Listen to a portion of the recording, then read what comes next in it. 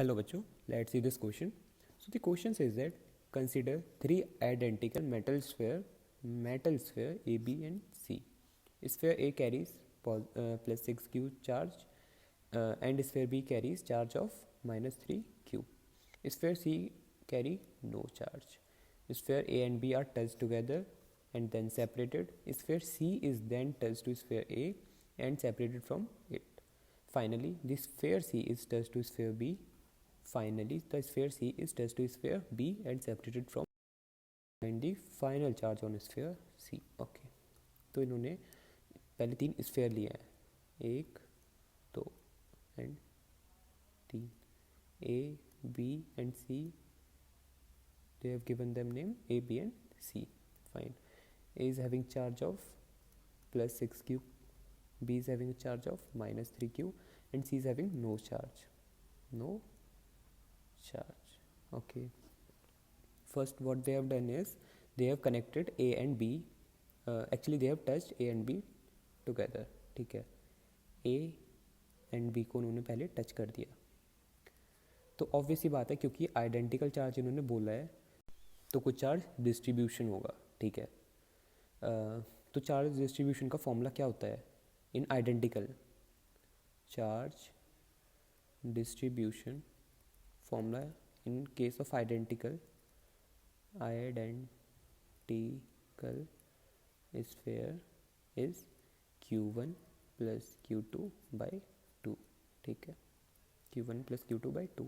अब q1 क्या है? Plus 6q plus minus 3q by 2. हमारा फाइनली आंसर आ रहा है दैट इज़ 3/2q. यानी कि A एंड B पर इतना चार्ज है दोनों पर. अब इन्होंने क्या किया है, इन्होंने C को अब A से कनेक्ट करा है. ये फर्स्ट केस था. सेकंड केस में ये A एंड B थे, अब C एंड C को टच किया है. ठीक है, अब फिर से चार्ज डिस्ट्रीब्यूशन होगा तो फिर से फॉर्मूला लगेगा Q1 प्लस Q2. तो Q1 तो हमारा 3/2 है बट Q2 इक्वल टू 0 है बाई 2. तो हमारा A एंड C पर चार्ज हो जाएगा 3/4Q on A and C पर. ठीक है, अब इन्होंने लास्ट में C को B के साथ टच कराया. ठीक है, फिर से थर्ड केस C को B के साथ टच कराया. तो इसमें होगा हमारा Q1 प्लस Q2. Q1 हमारा 3/4, Q2 हमारा 3/2Q/2. यहाँ पे हम 2 से मल्टीप्लाई 2 से डिवाइड फॉर इजी कैलकुलेशन. ये हमारा हो जाएगा 3 2 6 प्लस 3 9/4 इंटू 2.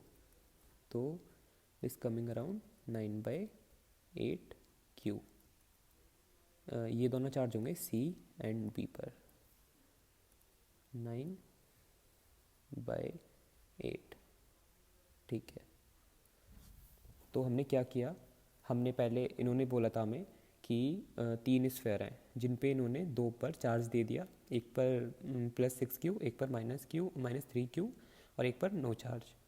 तो फिर हमने चार्ज डिस्ट्रीब्यूशन का फॉर्मूला लगाया. जब टच करेंगे तो चार्ज डिस्ट्रीब्यूशन कितना होगा, फॉर्मूला लगाया एंड फाइनली हमारा आंसर आ गया. या फिर इसको हम पॉइंट्स में भी 1.12 भी लिख सकते हैं, 125 समथिंग.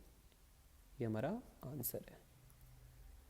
Answer is 1.125Q. ठीक है, hope you understood the concept. All the best. Thank you.